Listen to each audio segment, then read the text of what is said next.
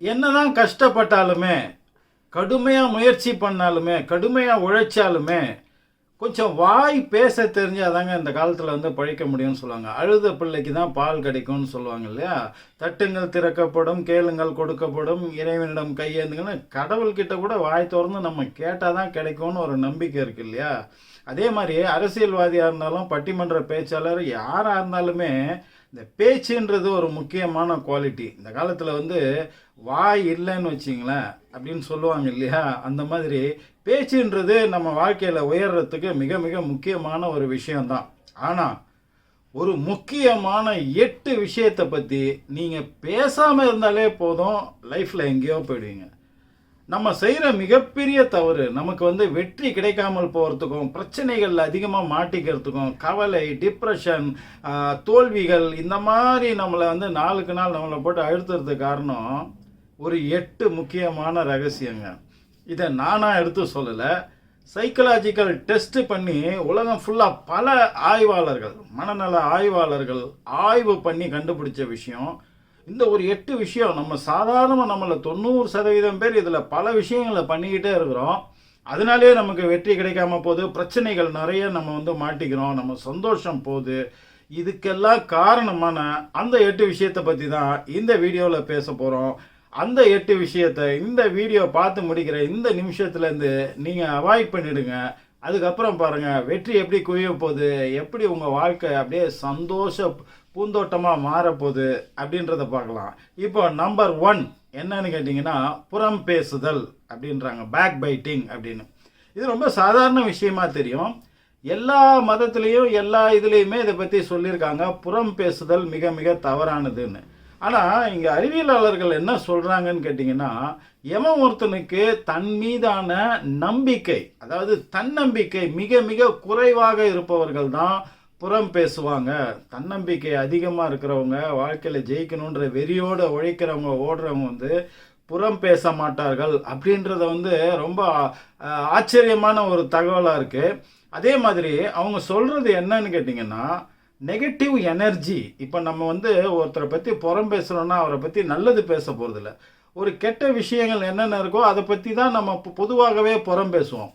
அப்போது புறம் பேசுதல் அப்படின்னும் போது நெகட்டிவான விஷயங்களை பேசும்போது அந்த நெகட்டிவ் இன்ஃபர்மேஷன் எல்லாமே எதை கிரியேட் பண்ணுன்னா நெகட்டிவ் எனர்ஜியை கிரியேட் பண்ணும்.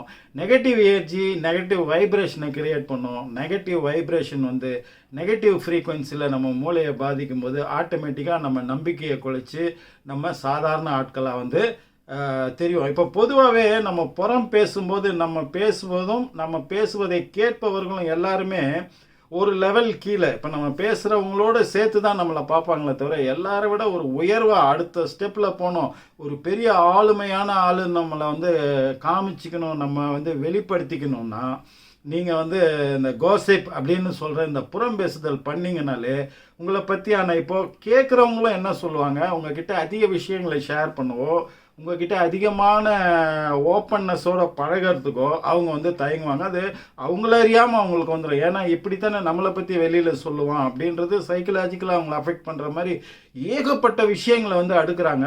அதனால ஏகப்பட்ட பிரச்சனைகளுக்கும் உங்கள் தோல்விகளுக்கும் உங்களை வந்து அடுத்த லெவலில் வந்து மற்றவங்க ஏற்றுக்காதம் இருக்கிறதுக்கும் காரணம் புறம் பேசுதல். அதனால நீங்கள் வாழ்க்கையில் முன்னேறணும், விட வேண்டிய நம்பர் 1 வந்து புறம் பேசுவதை தவிர்க்க வேண்டும்.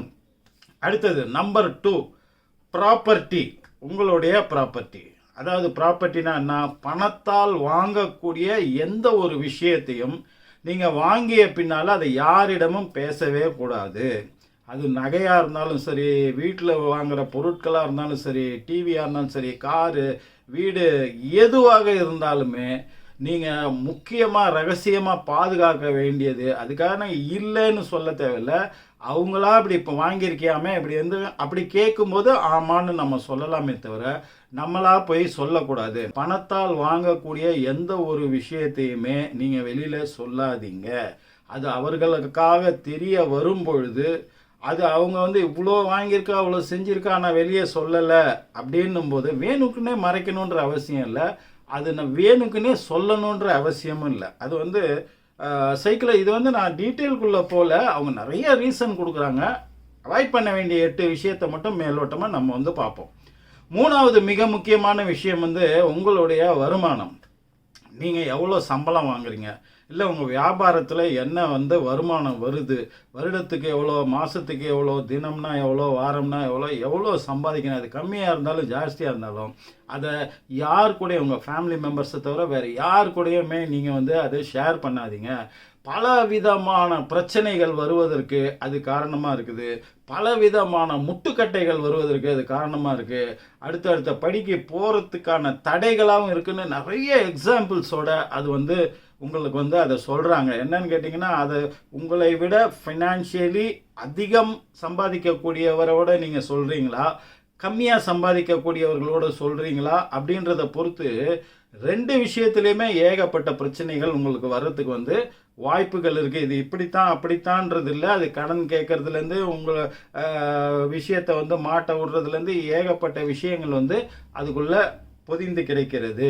அடுத்தது வந்து என்னன்னு கேட்டிங்கன்னா, மிக மிக முக்கியமானது உங்களுடைய கோல். நீங்கள் எதை அச்சீவ் பண்ணணும்னு நினைக்கிறீங்க, எதை நோக்கி நீங்கள் போகிறீங்க.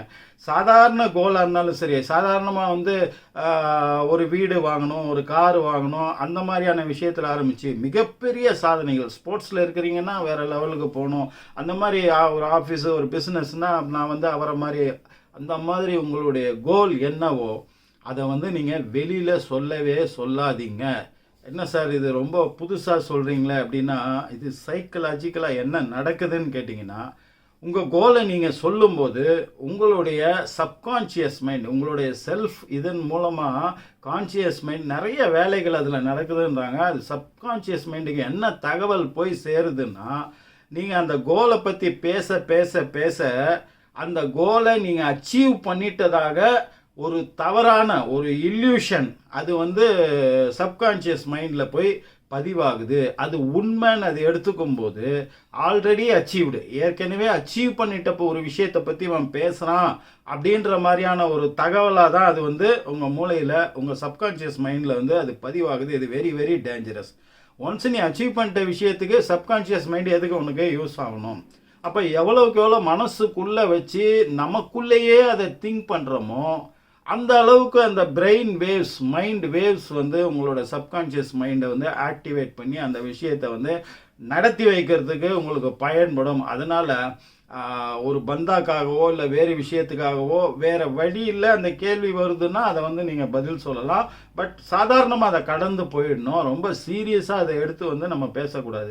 அப்படி எடுத்து பேசுறதுனாலையும் நிறைய தடங்கள் வரலாம், எதிர்ப்புகள், நமக்கு தெரியாமல் இன்டைரக்டாக டைரெக்டாக என்னென்ன விஷயங்களும் நடக்கலாம். அதை பற்றியும் வந்து சொல்கிறாங்க. ஆக மொத்தத்தில் உங்கள் கோலை நீங்கள் மனசுக்குள்ளேயே அந்த ஃபயரை வச்சு மனசுக்குள்ளேயே தான் அதை வந்து நீங்கள் உருவாக்கி அதை வந்து நீர்த்து போகாமல் பார்த்துக்கணுமே தவிர நீங்கள் வெளியில் சொல்லக்கூடாது. இது மிக மிக முக்கியமான ஒரு விஷயம் அப்படின்னு சொல்கிறாங்க. சரி, அடுத்தது வந்து என்னன்னு கேட்டிங்கன்னா, டூயிங் குட் டு அதர்ஸ், அதாவது மற்றவர்களுக்கு உதவி செய்வது, அந்த உதவியை வெளியில் சொல்லாமல் இருப்பது. இது வந்து எப்படி சார்? அது இப்போ இந்த காலத்தில் எடுத்துக்கிட்டிங்கன்னா, அது ஒரு அரசியல்வாதியாக இருந்தாலும் சரி, சினிமாக்காரர்களாக இருந்தாலும் சரி, எவ்வளோ பேர் வந்து நம்ம பேசும்போது பார்த்தீங்கன்னா, நான் 4 பேருக்கு ஃபீஸ் கட்டுறேன், நான் எஜுகேஷனுக்கு ஹெல்ப்ஃபுல்லாக இருக்கேன், நான் அந்த மனநல காப்பகத்துக்கு அது பண்ணுறேன், நான் இந்த ஆதரவற்றோருக்கு இது பண்ணுறேன் அப்படின்னு சொல்லிட்டு சொல்லிக்கிட்டே இருப்பாங்க. முடிஞ்சால் அதெல்லாம் ஃபோட்டோ எடுத்து ஒருத்தருக்கு உதவுனா கூட அதை ஃபோட்டோ எடுத்து வீடியோ எடுத்து அது சோசியல் மீடியாவில் போடுறதும் இன்றைக்கி ரொம்ப ரொம்ப அதிகமாகிடுச்சிங்க. அது வந்து முழுக்க முழுக்க ஒரு நெகட்டிவ் இம்பேக்டை தான் உங்களுக்கு ஏற்படுத்தும். நீங்கள் நினச்சிக்கிறீங்க நம்மளை பற்றி உயர்வாக வந்து நினைப்பாங்க அப்படின்னு சொல்லிட்டு, அது நேரடியான விளைவுகளாக இருந்தாலும் இன்டைரக்டாக வந்து 90% ஆஃப் த பீப்புள் மனசில் வந்து உங்களை பற்றியான ஒரு நெகட்டிவ் இன்ஃபர்மேஷனாக அது போய் சேரும். அது உங்களுக்கு இன் ரிட்டர்ன் வந்து பேட் இன்ஃப்ளூயன்ஸ் அது வந்து உங்கள் பேரில் வந்து அது ஏற்படுத்தும். இது இன்டைரக்ட் எஃபெக்ட். அதை வந்து டீட்டெயில்டு ஆய்வுகளின் மூலமாக சொல்கிறாங்க. ஸோ எந்த நல்லது பண்ணாலும் நீங்கள் வெளியில் சொல்லாமல் இருங்க. இப்போ ஒன்று சொல்கிறாங்க, இப்போ நம்ம சொன்ன விஷயம் எல்லாமே இப்போ நீங்கள் சொல்லாமல் இருக்கீங்க, ஆனால் ஒருத்தர் மூலமாக வேறு விஷயம் வரும்போது அது வந்து தெரிய வருதுன்னு வச்சிங்களேன். நீங்கள் சொல்வதன் மூலமாக என்ன ஒரு உங்களை பற்றின இமேஜ் கிடைக்கும்னு நீங்கள் நினைக்கிறீங்களோ அதை விட 100 மடங்கு இமேஜாக வந்து உங்களுக்கு கிடைக்கும். அடுத்தது வந்து உங்களுடைய பிலீஃப்ஸ். நீங்கள் எதெல்லாம் நம்புறீங்க, எதன் மீது நம்பிக்கை இருக்கிறது, எதன் மீது ஆர்வம் இருக்கிறது, எந்த கருத்தை உடையவர்கள் நீங்கள், எந்த கோட்பாடு, என்ன தத்துவம் உங்களுடைய இது என்ன அப்படின்றத வந்து வெளியில் சொல்லவே சொல்லாதீங்க, பேசவே பேசாதீங்க. உங்களை பற்றி உங்கள் நடவடிக்கை மூலமாக தெரிஞ்சுக்கிறவங்க தெரிஞ்சுக்கிட்டோம். ஆனால் அதை எடுத்து பேசுவது, அது மொழி, மதம், இனம், தன்னுடைய ஆசைகள், ட்ரெஸ்ஸிங், இது சாப்பாடோ எதுவாக வேணால் இருக்கட்டும், இல்லை உங்களுடைய சில விஷயங்களை பண்ணால் இது நடக்கும், அந்த மாதிரியான நம்பிக்கைகள் சார்ந்ததாகவும் இருக்கலாம். இல்லை வேறு விஷயங்கள், கொள்கை விஷயங்கள், தத்துவ விஷயங்கள், ஃபிலாசபி விஷயங்கள், எதுவாக இருந்தாலுமே உங்களுடைய நம்பிக்கைகளை உங்களுக்குள்ளேயே நீங்கள் வச்சுக்கோங்க. அதை வந்து வெளியில் பேசலாம். நம்ம வந்து அப்படியே 100% நம்ம அந்த வந்து அவாய்ட் பண்ண முடியாது. ஆனால் இதில் நான் தீவிரமானவன் அப்படின்னு ஒரு லெவலுக்கு மேலே போகக்கூடாது அப்படின்றாங்க. உங்கள் கருத்துக்களை மேலோட்டமாக வந்து அப்படி போகிற போக்கில் வந்து அப்படியே சொல்லிடலாம். அது வந்து கேஷுவலாக போகிற மாதிரி இருக்கணும். அந்த ஒரு கான்வர்சேஷன் மாதிரி இருக்கணுமே தவிர, அதில் உங்கள் உணர்ச்சிகள் போட்டு ஒரு மாதிரியாக அதை வேறு லெவலில் எடுத்துகிட்டு போய் நீங்கள் அதை டீல் பண்ணுவது 10 பைசாவுக்கு பிரயோஜனம் கிடையாது. அதே சமயத்தில் நெகட்டிவ் எஃபெக்டை உங்களுக்கு கொடுக்கும். அதனால வாழ்க்கையில் எந்த உயர்வுமே நமக்கு கிடைக்காது. ஆனால் நம்ம வாழ்க்கையை பாதிக்கக்கூடிய 100 விஷயங்கள் நடக்கிறதுக்கு அது காரணமாக இருக்கும். அது உங்கள் சிந்தனைக்கே விட்டுற. ஏன்னா நம்மக்கிட்ட எளிமையாக வந்து நம்மளை அப்ரோச் பண்ணுறது, நம்மக்கிட்ட பேசுவதோ இதையோ நிறைய அவாய்ட் பண்ண ஆரம்பிச்சிருவாங்க. நிறைய சான்சஸ் இதனால் போகும். அதெல்லாம் நம்ம கவனத்துக்கே வர்றதுக்கு வாய்ப்பு இல்லாத போகும். இது வந்து தேவையில்லாத விஷயம். ஆனால் அதன் மீதான நம்பிக்கைகளையும் இதையும் வந்து நீங்கள் உள்ளுக்குள்ளே அது நீர்த்து போகாமல் வச்சுக்கோங்க. நீங்கள் ஃபாலோ பண்ணுங்கள். இதெல்லாம் உங்களுக்கான உரிமை, நீங்கள் கட்டாயம் பண்ணியே ஆகணும். ஆனால் இதை அடுத்தவர்கள் மீது திணிப்பதோ இல்லை அந்த கருத்தை வந்து ஒரு வாதிட்டு ஒரு ஃபோர்ஸ்ஃபுல்லான ஒரு விஷயமா அதை கொண்டு போய் வந்து பண்ணுவதோ வந்து இங்கே உங்களுக்கு நெகட்டிவ் எஃபெக்டை கொடுக்கணும். ஸோ உங்களுடைய நம்பிக்கை சார்ந்த விஷயங்களை வந்து நீங்கள் தயவு செய்து வெளியில் வந்து பேசாமல் இருங்க. அடுத்தது வந்து உங்கள் வீரம் சார்ந்த விஷயம். உங்கள் வீர தீரங்கள், நான் அதை பண்ணேன் இதை பண்ணேன், நான் எவ்வளோ வீரமானவன் அப்படின்றத நிறைய சம்பவங்களை சொல்லி அதை வந்து அந்த கான்வர்சேஷனில் அடிக்கடி அதை வந்து பேசவே பேசாதீங்க. உங்கள் வீரத்தை, நீங்கள் செய்யும் செயல்களை அடுத்து வர செயலில் நீங்கள் பண்ணிக்கிட்டே போய்கிட்டே இருங்க. நான் இப்படிப்பட்டவன்னு சொல்கிறதுனால நமக்கு அது ஒரு பாதுகாப்பு, நமக்கு இந்த மாதிரியான விளைவுகள்லேருந்து நம்ம தப்பிக்கலாம் அப்படின்றது கிடையாது. அது வந்து ஒரு இன்செக்யூர். உங்களுடைய தன்னம்பிக்கையின் மீதும் வீரத்தின் மீதும் அறிவின் மீதும் டேலண்டின் மீதும் உங்களுக்குள்ள இன்செக்யூரிட்டி, அந்த ஒரு இன்செக்யூரிட்டி அப்படின்னா ஒரு நம்பிக்கை இல்லாமல் தன் மீது வந்து ஒரு ஒரு ஒரு இதுவே இல்லாமல் இருக்கக்கூடிய ஒரு நிலை. நம்ம ஒரு பாதுகாப்பற்ற நிலையில் இருக்கோம் அப்படின்னு ஃபீல் பண்ணுறவங்க தான் இந்த மாதிரி வந்து தன் வீரத்தை வந்து அதிகமாக பேசுவாங்க. அதன் மூலமாக தனக்கு ஒரு பாதுகாப்பு கிடைக்கும். அது மாதிரி கிடையாதுங்க. அது நெகட்டிவ் எஃபெக்டை தான் உண்டு பண்ணும். நீங்கள் செய்யக்கூடிய வீர தீர, இப்போ பெரிய மூவிஸ் கூட எடுத்துக்கோங்களேன். இப்போ வந்து சூப்பர்மேன், ஸ்பைடர்மேன், இந்த மாதிரியான சூப்பர் ஹீரோ படம்லாம் பார்த்தீங்களா, அவங்களாம் ஒரு முகமூடி போட்டுட்டு தான் வருவாங்க. அந்த ட்ரெஸ்ஸே அவங்க யாருன்னு அடையாளம் காட்ட முடியாத மாதிரி தான் வருவாங்க.